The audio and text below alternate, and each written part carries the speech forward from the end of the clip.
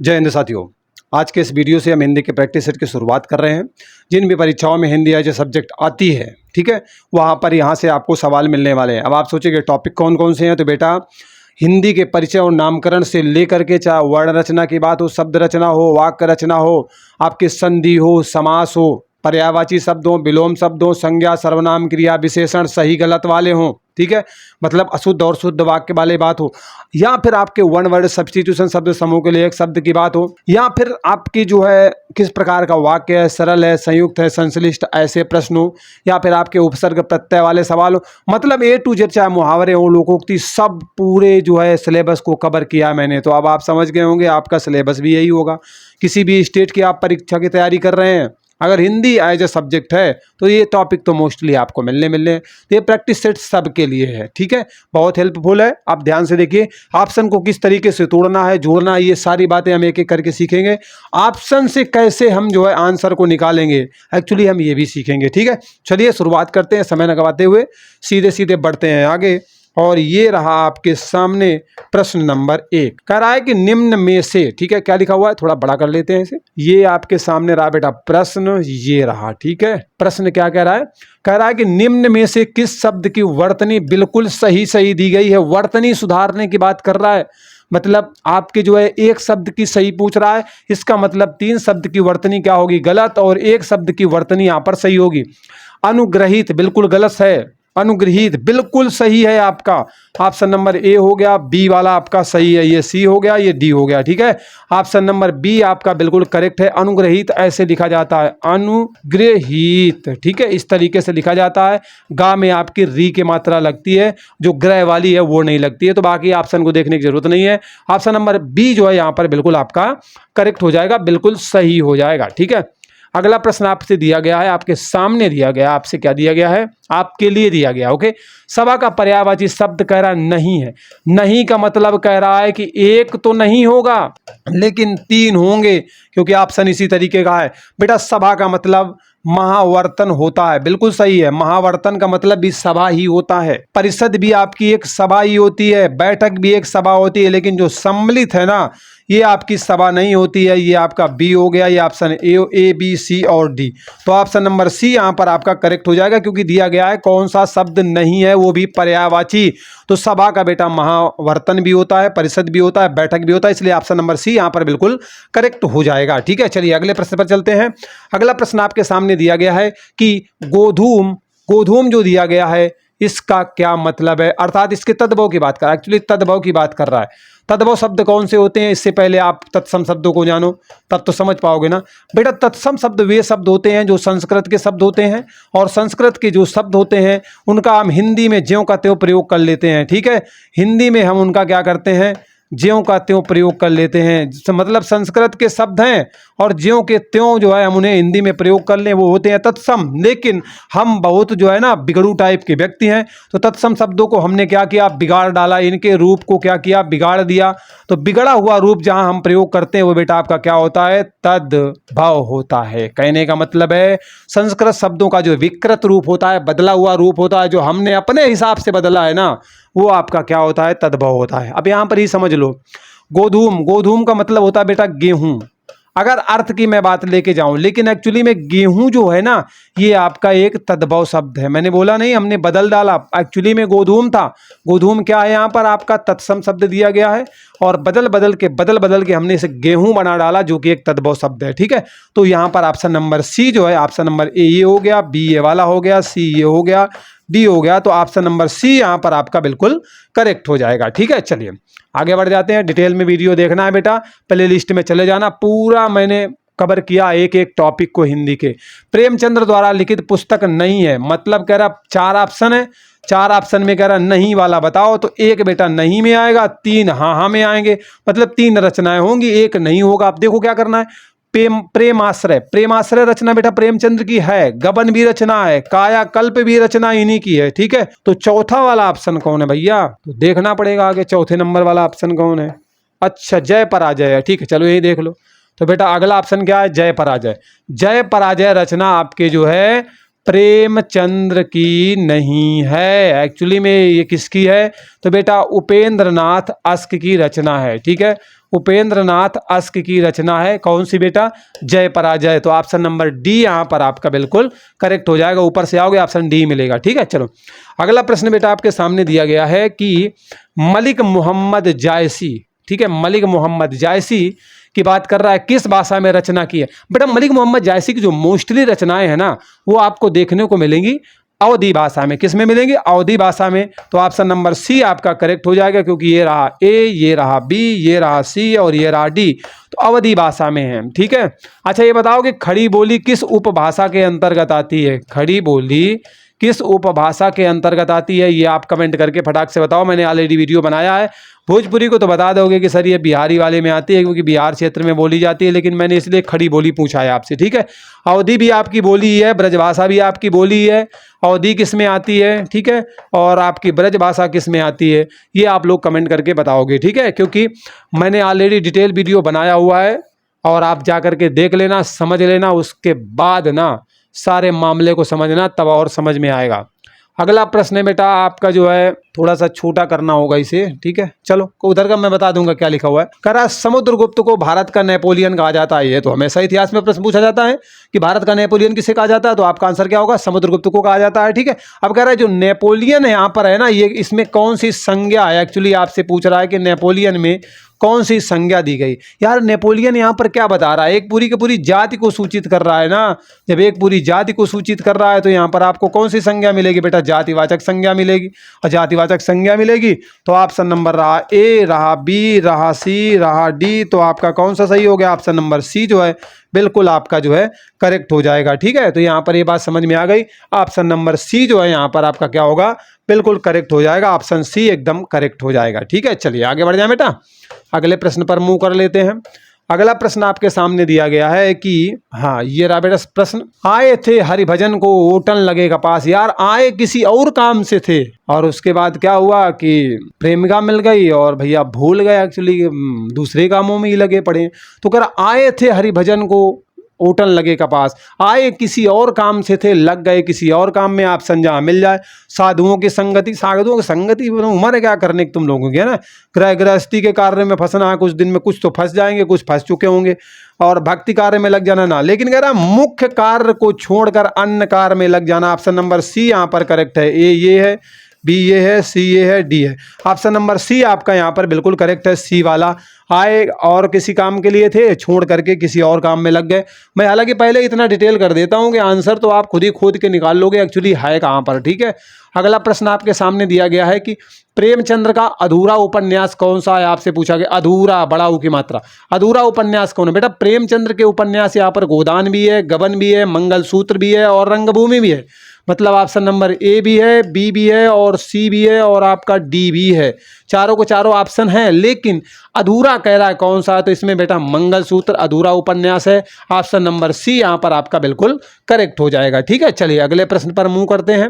अगला प्रश्न आपके सामने दिया गया है कि मदन ने शेर को देखा। अच्छा डर गया भैया, अच्छा डर जाने दो। मदन शेर से डरता है, इसमें कारक, कारक क्या होते हैं बेटा?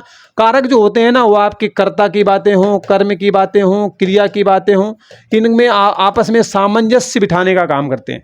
मतलब कर्ता कर्म क्रिया में जो है तालमेल बिठाने का काम करते हैं, वो बेटा आपके कारक होते हैं। और हिंदी में अगर कारक की बात करेंगे तो आपको 8 प्रकार के कारक देखने को मिलेंगे। ठीक है, कर्ता ने कर्म को करण से, संप्रदान को के लिए, अपादान से अलग होने के लिए, संबंध काकी के अधिकरण में पे पर, संबोधन हे वो रे अरे लो, मैंने बता दिया जल्दी संक्षेप में। ठीक है, अब अगर हम बात करेंगे बेटा, मदन कह रहा है कि शेर से डरता है। भैया मदन क्या सम्माई के लाल डरते हैं, आप भी हो और मैं भी हूं। ठीक है, तो से की बात कर रहा है, मतलब मदन ने शेर को देखा लेकिन शेर ने मदन को नहीं देखा, क्योंकि शेर अगर मदन को देख लेगा और मदन भागने के चक्कर में पड़ जाएगा तो शिकार तो हो ही जाएगा। तो मदन ने शेर को देखा और वहां से क्या हुआ, भाग खड़ा हुआ, मतलब अलगाव कर लिया। अलगाव, और अलग होने में फायदा भी है। ठीक है, तो अलगाव का भाव जहां पर होगा बेटा ना, वहां पर आपको अपादान कारक मिलेगा। कौन सा कारक मिलेगा? अपादान कारक मिलेगा। तो अपादान कारक यहां पर आपको मिल जाएगा। इसलिए बेटा ऑप्शन नंबर ए को छोड़ते हुए बी वाला एकदम करेक्ट हो जाएगा। ये सी है, डी, अरे 4 दिए यार, ABCD लगा लिया करना। ठीक है, तो ऑप्शन नंबर बी यहां पर आपका बिल्कुल करेक्ट है, अपादान। करण में भी आपका से आता है, लेकिन से जो है के द्वारा के अर्थ में आता है, ठीक है। और ये से जो है ना अलगाव को नहीं बताता है, कहीं ना कहीं एक तरीके से लिंक बना के रखता है, जुड़ाव को प्रदर्शित करता है। आपके किस में जुड़ाव को प्रदर्शित करता है? जुड़ाव को आपके जो है करण में प्रदर्शित करता है, लेकिन अलगाव बेटा आपके अपादान में मिलता है। पेड़ से पत्ते अलग होते हैं, या फिर मैं इस शहर को छोड़कर दूसरे में जा रहा हूँ, अलगाव की बातें जहाँ पर आ जाएंगे। अधिकरण में आपको बेटा में पय पर मिलता है, में पय पर मिलता है देखने को, ठीक है, ये आपको कारक चिन्ह मिलेंगे। संप्रदान में आपको जो है को, के लिए के अर्थ में जो है को का प्रयोग देखने को मिलेगा। तो इस तरीके से मैंने ऑलरेडी इन पर डेडिकेटेड वीडियो बनाया हुआ है, आप जाकर के देख लीजिएगा, ठीक है। ज़्यादा समय यहाँ पर नहीं दे सकता एक्चुअली बेटा, नहीं पूरी क्लास तो यहीं हो जाएगी, ठीक है। बच्चे परेशान हो जाएंगे, कहेंगे कि अरे भाई चल क्या रहा है एक्चुअली, चल क्या रहा है एक्चुअली, है ना। तो इसलिए रामधारी सिंह को जो है किस रचना के लिए 1972 में ज्ञानपीठ पुरस्कार मिला? ज्ञानपीठ पुरस्कार मिला था रामधारी सिंह दिनकर को, और उनकी जो रचना है उसका नाम है बेटा उर्वशी। तो ऑप्शन नंबर ए यहाँ पर आपका बिल्कुल करेक्ट हो जाएगा। उर्वशी के लिए रामधारी सिंह दिनकर को 1972 में ज्ञानपीठ पुरस्कार दिया जाता है। इनकी प्रमुख रचनाएं कुरुक्षेत्र रश्मि हुंकार, बहुत महत्वपूर्ण रचनाएं हैं, मोस्टली परीक्षा में पूछी जाती है, तो थोड़ा थोड़ा दिमाग में इनको भी यहाँ पर रख लेना, ठीक। चलो अगला प्रश्न आपके सामने दिया गया है कि निम्नलिखित वाक्य में से जो है कौन सा शुद्ध है? मतलब एक शुद्ध पूछ रहा है, मतलब एक बेटा आपका सही होने वाला है, 3 आपके बेटा गलत रहने वाले हैं, सही वाला बताना है। रमेश और मोनिका गा रही है, रमेश और मोनिका मिला के हो गए 2 का मतलब होता है बहुवचन, तो बहुवचन की बात कर रहा है, यहाँ पे कह रहा है गा रही है, ये तो यार एक वचन की बात कर रहा है, मतलब कर्ता और क्रिया में कोई कॉम्बिनेशन ही नहीं है, विदाउट कॉम्बिनेशन चल रहे हैं, विदाउट कॉम्बिनेशन कुछ नहीं चलेगा। आगे कह रहा सुरेश और मोनिका गा रहे हैं, क्या बात है, मतलब दोनों मिलकर बहुवचन, क्रिया भी बहुवचन में। ऑप्शन नंबर बी हम फटाक से टिक कर देंगे, एकदम सही। सुरेश और मोनिका गा रही है, ना ना ना ना, मामला गड़बड़, ठीक। चलो तो ऑप्शन नंबर बी यहाँ पर आपका बिल्कुल करेक्ट हो जाएगा, ठीक है। अगला प्रश्न बेटा आपके सामने दिया गया है कि पाप का घड़ा भरना। यार पाप का घड़ा भर जाएगा, शिशुपाल की कहानी याद होगी। कृष्ण ने कहा था भैया अब आगे कुछ मत गरिया दियो, कुछ मत बोल दियो, ने मार मार के तोड़ के रख देंगे तुम्हें यहीं पे। लेकिन माने नहीं, बोलते गए, गुस्सा आई और उन्होंने गर्दन उड़ा दिया उसकी। मतलब वही होता है, पाप का घड़ा भर गया, आप तो समझ लेना। तो वही कह रहा है कि पाप का घड़ा, पाप बढ़ जाना, बढ़ने से मतलब नहीं है भैया। ऑप्शन नंबर ए तो भाई दमदार है नहीं। पाप की पराकाष्ठा, अरे पाप अपने चरम पर होना, चरम पर होगा तभी तो घड़ा भरेगा, और घड़ा भरेगा तो सामने वाला मरेगा। ऑप्शन नंबर बी यहाँ पर करेक्ट हो जाएगा। पाप का जन्म से लेना देना है नहीं, और आपका कमाई करना पाप आप वाली कोई है नहीं, ठीक है। तो ऑप्शन नंबर बी यहाँ पर बेटा आपका बिल्कुल सही हो गया। अगला आपके सामने प्रश्न दिया गया है कि चौपाई छंद में, अरे नाम है चौपाई, चौपाई में बेटा 4 चरण होते हैं। अब 4 चरण देख के पहला ऑप्शन न ठोक देना, मामला बिगड़ जाएगा। आपसे पूछा कितनी मात्राएं होती हैं प्रत्येक चरण में, और प्रत्येक चरण में लल्ला आपकी जो है 16 मात्राएं होती हैं, तो 16 का ही मिल रहा है क्या? Option number B is the correct answer. Option number B यहाँ पर करेक्ट हो जाएगा, ठीक है। चलो ये बात तो समझ में आ गई भैया आपको। अगला प्रश्न आपके सामने दिया गया है, पो धन अन का बताना है। पो धन अन में संधि करना है। संधि क्या होती है बेटा? संधि आपकी 2 समीपवर्ती वर्णों का मेल होती है, ठीक है। 2 समीपवर्ती वर्णों का मेल, और मेल ओके, वर्णों का मेल आपकी संधि होती है। उसके बाद तगड़ा वाला क्या होता है? खेल होता है। विकार या परिवर्तन, बदलाव को मैं खेल बता रहा हूं यहाँ पर। तो मतलब 2 समीपवर्ती वर्णों के मेल से जो विकार या परिवर्तन होता है उसे संधि बोलते हैं। मैंने डेडिकेटेड वीडियो बनाया, जबरदस्त तरीके से बनाया, देख लेना जाके भैया प्लेलिस्ट में, सब कुछ समझ में आएगा। पो धन अन से क्या बन जाएगा? पवन बन जाएगा। क्या बन जाएगा? पवन पुत्र हनुमान की जय। तो ऑप्शन नंबर ए यहाँ पर आपका क्या होगा बेटा?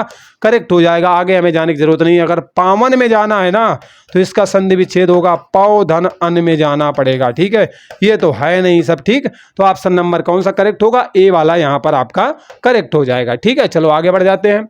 अगला प्रश्न है, मनोयोग में कौन सी संधि है? मनोयोग का संधि विच्छेद, संधि को तोड़ना, संधि विच्छेद। 2 समीपवर्ती वर्णों के योग से संधि बन जाएगी, संधि को तोड़ दोगे संधि विच्छेद हो जाएगा। विच्छेद करवा रहा है तो इसको तोड़ना है, तो आप क्या तोड़ोगे? मनः धन योग हो जाएगा, मनः धन योग। मनाधन योग मतलब विसर्ग आया है, तो विसर्ग आया है तो भैया यहाँ पर विसर्ग संधि होगी। और विसर्ग संधि की पहचान क्या होती है? विसर्ग के बाद, विसर्ग ऐसा नहीं, विसर्ग के बाद में आपका स्वर आए या फिर व्यंजन आए, उसके बाद जो विकार या परिवर्तन होता है, मतलब जो भी खेल होता है वो कौन सी संधि बनाता है? विसर्ग संधि बनाता है। मतलब दो विसर्ग के बाद में स्वर या व्यंजन आएगा, उसके बाद विकार या परिवर्तन होगा, तो वहां पर बेटा आपको कौन सी संधि देखने को मिलेगी? विसर्ग संधि मिलेगी। तो मनाधन योग ऑप्शन नंबर ए में दिया गया है, इसलिए भैया यही बिल्कुल सही हो जाएगा। आगे हम बढ़ेंगे नहीं, ठीक है, मतलब पढ़ने में आगे हम बढ़ेंगे, इस प्रश्न के ऑप्शन में नहीं बढ़ेंगे क्योंकि कोई फायदा मिलने वाला है नहीं। ठीक है, चलो आगे बढ़ते हैं। अगला प्रश्न है कि मेरो तो गिरधर गोपाल दूसरो न कोई, जाके सिर मोर मुकुट मेरो पति सोई। किस रस की प्रधानता? रस क्या होता है बेटा? रस आपके जो है कागर में सागर भर डालने का काम करते हैं, अलंकार भी हालांकि यही काम करते हैं। रस बेटा क्या होता है ना, एक तरीके से आपका जो भी काव्य दिया गया है या जो भी कुछ दिया गया है आपके अंदर जो है भावों को उत्पन्न करने का काम करे, खुशी उत्पन्न कर दे, दुख उत्पन्न कर दे। ठीक है, एक्चुअली रस पर डेडिकेटेड वीडियो बनाया गया, जाके भैया देख लेना, सब कुछ समझ में आ जाएगा। ठीक है, तो बेटा यहाँ पर पूछ रहा है कौन सा रस है, तो यहाँ पर कहीं ना कहीं आपको श्रृंगार नजर आ रहा है।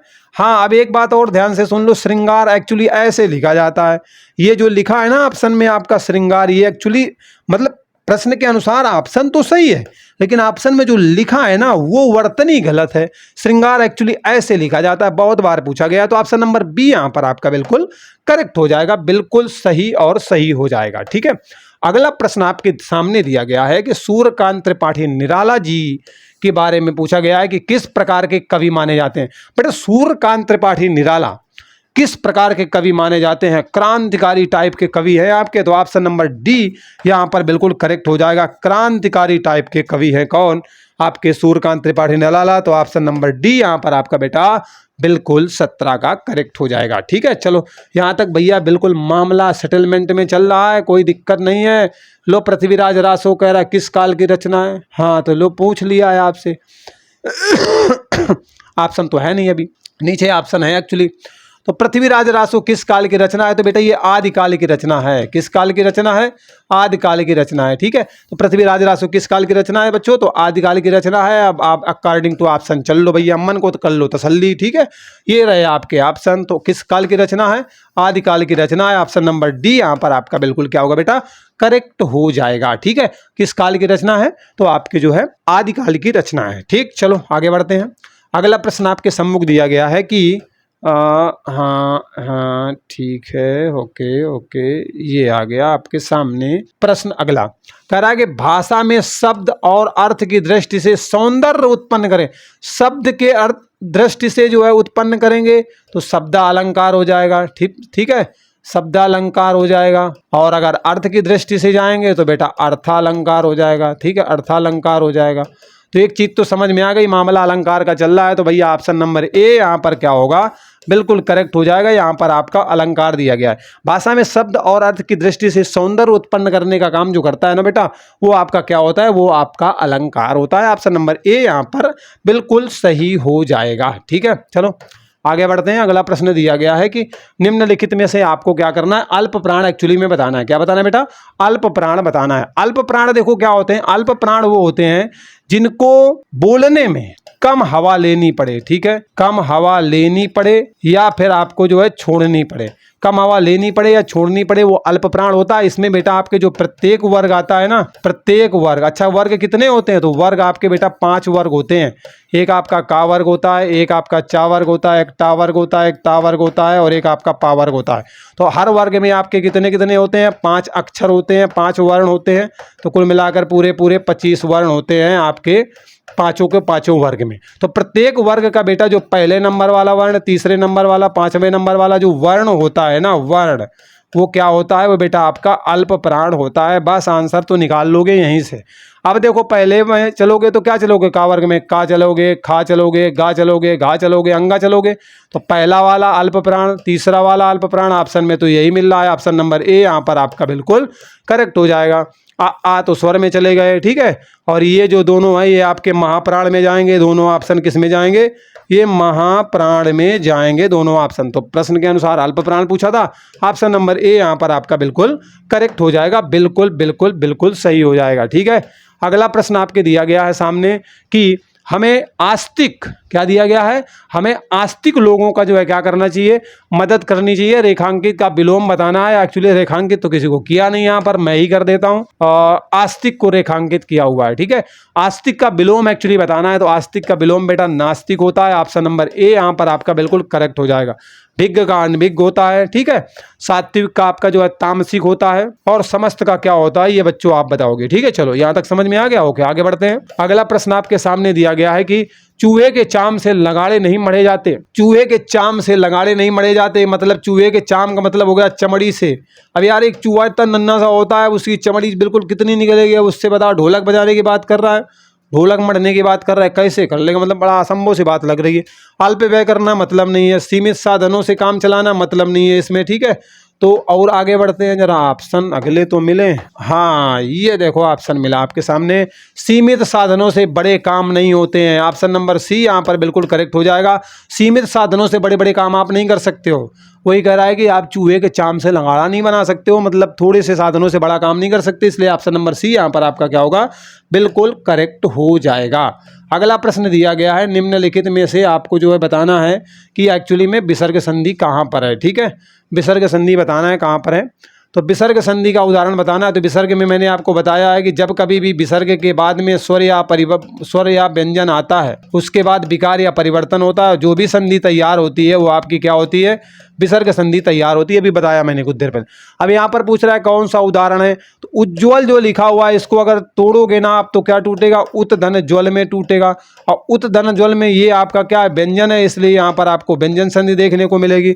सज्जन में आपको देखने को मिलेगा सत धन जन में, इसे आप तोड़ोगे। अब यहाँ पर भी व्यंजन मिल रहा है, व्यंजन के बाद स्वर व्यंजन आया हुआ है, तो यहाँ पर भी बेटा व्यंजन संधि मिलेगी।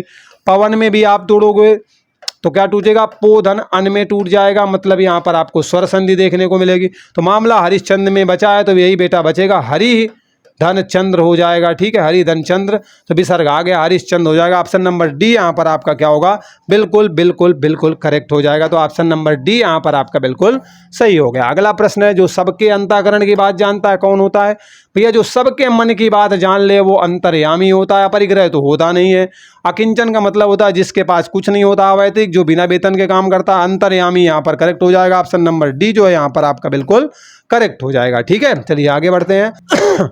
अगला प्रश्न दिया गया है, अग्नि का पर्यायवाची शब्द आपको बताना है। अग्नि का पर्यायवाची शब्द कौन सा है, अच्छा नहीं है कह रहा, ध्यान रखना, मतलब इसमें से एक वाला तो नहीं है, लेकिन तीन वाले तो होने वाले हैं। तो तीन मिलेंगे और एक आपका नहीं होगा, नहीं वाले को बताना है। तो जात देव बेटा अग्नि का पर्यायवाची बिल्कुल सही है। हुतासन भी बिल्कुल सही है। वायुसक वायु का मित्र बिल्कुल सही है। निशाचर बेटा आपके राक्षस का पर्यायवाची होता है ना कि आग का, इसलिए ऑप्शन नंबर डी यहाँ पर आपके जो है प्रश्न के अनुसार बिल्कुल करेक्ट हो जाएगा, ठीक है। तो ठीक क्या है भैया, प्रश्न ही खत्म हो गए आपके। अब आपकी बारी है, एक प्यारा सा आप क्या करोगे, फटाफट जो है एक कमेंट लिखोगे, ठीक, एक प्यारा सा कमेंट लिखिएगा मेरे उत्साह के लिए, ठीक है। और इस तरीके की वीडियो चाहिए तो चैनल को सब्सक्राइब करना, बेल आइकन को प्रेस करना, नोटिफिकेशन को ऑन करना ना बोले। चलिए मिलते हैं अगले वीडियो में नए अपडेट के साथ, तब तक के लिए बाय बाय, टेक केयर, जय हिंद।